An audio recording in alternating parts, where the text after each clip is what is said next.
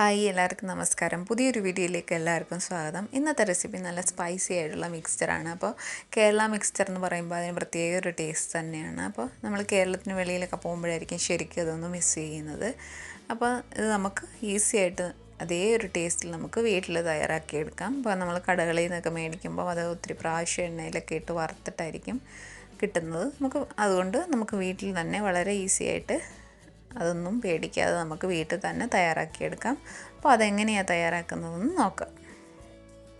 അപ്പോൾ അതിനായിട്ട് ഞാനൊരു ബൗൾ വെച്ചിട്ടുണ്ട്. അതിലേക്ക് 1 കപ്പ് കടലമാവാണ് ചേർത്ത് കൊടുക്കുന്നത്. അപ്പോൾ നിങ്ങൾ കൂടുതലൊക്കെ ക്വാണ്ടിറ്റിയിൽ ഉണ്ടാക്കുന്നുണ്ടെങ്കിൽ കൂടുതൽ കടലമാവ് ചേർത്ത് കൊടുക്കുക.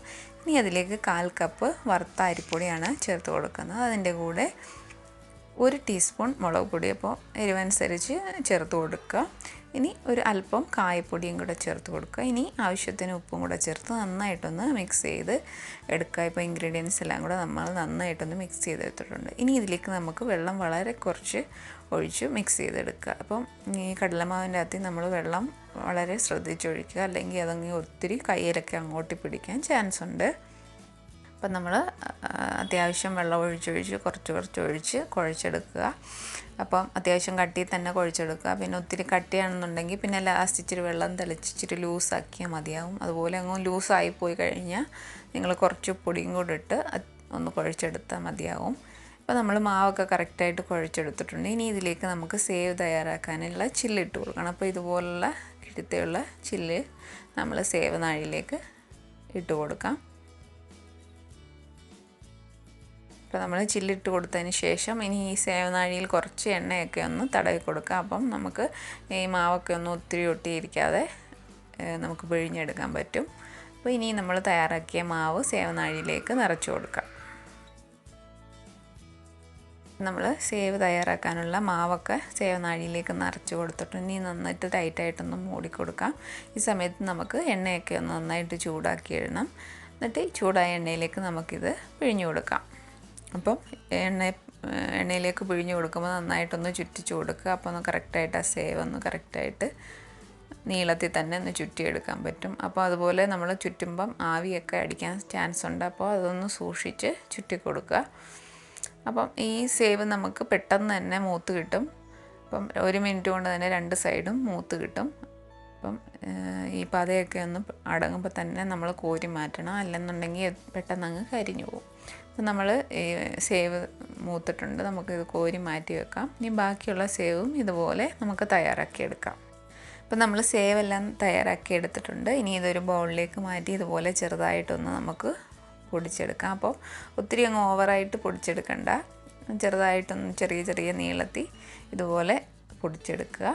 അപ്പോൾ നമ്മൾ സേവ് തയ്യാറാക്കിയെടുത്തു. ഇനി ഇത് നമുക്ക് മാറ്റി വെക്കാം. ഈ സമയത്ത് നമുക്ക് ബൂന്തി തയ്യാറാക്കാനുള്ള മാവ് തയ്യാറാക്കാം. അതിനായിട്ട് 1/4 കപ്പ് കടലമാവ് ഇട്ട് കൊടുത്തിട്ടുണ്ട്. ഇനി ഇതിലേക്ക് ഒരു 1/4 ടീസ്പൂൺ മുളക് പൊടിയും ഒരു നുള്ള് ബേക്കിംഗ് സോഡയും ഒരല്പം കായപ്പൊടിയും ആവശ്യത്തിന് ഉപ്പും കൂടെ ചേർത്ത് ഒരു മീഡിയം തിക്ക് ബാറ്ററാക്കി വെള്ളം ഒഴിച്ചു കൊടുത്തിട്ട് ഒരു മീഡിയം തിക്കായിട്ടുള്ള മാവാക്കണം. അപ്പോൾ ഒത്തിരി അങ്ങ് കട്ടിയാകാനും പാടില്ല, ഒത്തിരി ലൂസാകാനും പാടില്ല. ഇതുപോലൊരു കട്ടിയായിരിക്കണം. എന്നിട്ട് ഇതുപോലെ കിഴുത്തുള്ള ഒരു തവിയിലേക്ക് ഒഴിച്ച് തവി വെച്ച് ഇതുപോലെ ഒന്ന് ചുറ്റിച്ചു കൊടുക്കുക. അപ്പം എണ്ണ നന്നായിട്ട് ചൂടായി കിടക്കുന്നതുകൊണ്ട് പെട്ടെന്ന് തന്നെ അതിലേക്ക് വീഴുമ്പോൾ അതൊന്ന് ഫ്രൈ ആയി കിട്ടും. അപ്പം മാവ് കറക്റ്റായിട്ട് കലക്കിയെടുത്തില്ലെന്നുണ്ടെങ്കിൽ ഇതുപോലെ ബോളാകത്തില്ല. അപ്പോൾ മാവ് ലൂസായിപ്പോയി കഴിഞ്ഞാൽ നമ്മൾ എണ്ണയിലേക്ക് ഒഴിച്ചു കൊടുക്കുമ്പോൾ പെട്ടെന്ന് അങ്ങ് പരന്നു പോകും. അപ്പോൾ നമ്മൾ മാവ് കറക്റ്റാണോ എന്ന് നോക്കാൻ എണ്ണയിലേക്ക് കുറച്ച് മാവൊന്ന് ഒഴിച്ചു നോക്കും. ഇതുപോലെ ബോളായിട്ട് വരുന്നുണ്ടെന്നുണ്ടെങ്കിൽ നമ്മൾ കറക്റ്റായിട്ട് ഉള്ള കൺസിസ്റ്റൻസി ആയിരിക്കും. ഇപ്പോൾ നമ്മൾ ബൂന്തിയൊക്കെ പെട്ടെന്ന് തന്നെ ഒന്ന് വറുത്ത് കിട്ടും. അപ്പം ഇതൊന്ന് കോരി ഒരു ടിഷ്യൂ പേപ്പറിലേക്ക് മാറ്റിയ അപ്പോൾ നമ്മൾ ബൂന്തി എല്ലാം തയ്യാറാക്കിയിട്ടുണ്ട്. ഇത് നമ്മൾ സേവിലേക്ക് ഇട്ട് കൊടുക്കാം. ഇനി ബാക്കിയുള്ളതൊക്കെ ഒന്ന് വറുത്തെടുക്കാം. അപ്പോൾ ഇനി വറുത്തെടുക്കാൻ പോകുന്നത് 1/2 കപ്പ് കപ്പലണ്ടിയാണ്. അപ്പം ഇനി ഇത് നമ്മൾ എണ്ണ നന്നായിട്ട് ചൂടായി കിടക്കുന്നതുകൊണ്ട് പെട്ടെന്ന് തന്നെ ഒന്ന് വറുത്ത് കിട്ടും. ഇനി ഇത് നന്നായിട്ടൊന്ന് വറുത്തിട്ട് നമുക്ക് ഇതൊന്ന് കോരി മാറ്റി വെക്കാം. ഇപ്പം കപ്പലണ്ടിയൊക്കെ നന്നായിട്ട് വറുത്തെടുത്തിട്ടുണ്ട്. ഇനി ഇതൊരു ടിഷ്യൂലേക്ക് മാറ്റി കൊടുക്കാം. ഇനി നമുക്കൊരു 1/4 കപ്പ് പൊട്ടുകടല, ഫ്രൈ ചെയ്ത പൊട്ടുകടലയാണ്. ഇതൊന്ന് നമുക്ക് പെട്ടെന്ന് തന്നെ ഒന്ന് വറുത്തെടുക്കാം. ഇതൊക്കെ പെട്ടെന്ന് തന്നെ വറുത്ത് കിട്ടും. എണ്ണ നന്നായിട്ട് ചൂടായി കിടക്കുന്നുണ്ട്. ഇതും നമുക്കൊന്ന് കോരി മാറ്റാം. ഇനി നമുക്കൊരു 3-4 അല്ലി വെളുത്തുള്ളി ചതച്ചതാണ്, അതും കൂടെ ഒന്ന് വറുത്ത് എടുക്കാം. അതുകൂടെ ഒന്ന് വറുത്ത് കോരി മാറ്റി വെക്കാം.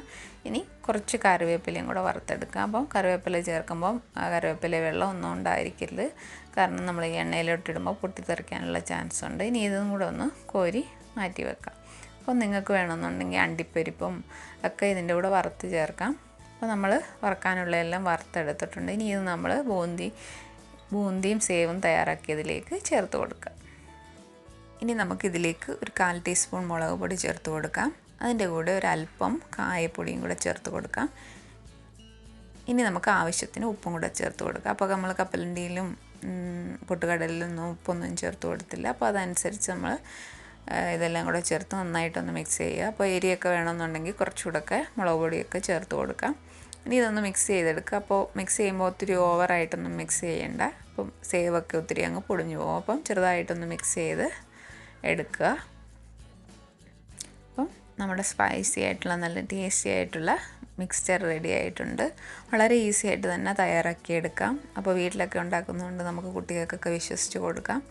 അപ്പോൾ നിങ്ങളും ട്രൈ ചെയ്ത് നോക്കുക. അപ്പോൾ റെസിപ്പി ഇഷ്ടമായ ലൈക്ക് ചെയ്യുക, ഷെയർ ചെയ്യുക. അപ്പോൾ ചാനൽ സബ്സ്ക്രൈബ് ചെയ്തില്ലെങ്കിൽ സബ്സ്ക്രൈബ് ചെയ്യുക. അപ്പോൾ പുതിയൊരു വീഡിയോ ആയിട്ട് കാണാം. താങ്ക്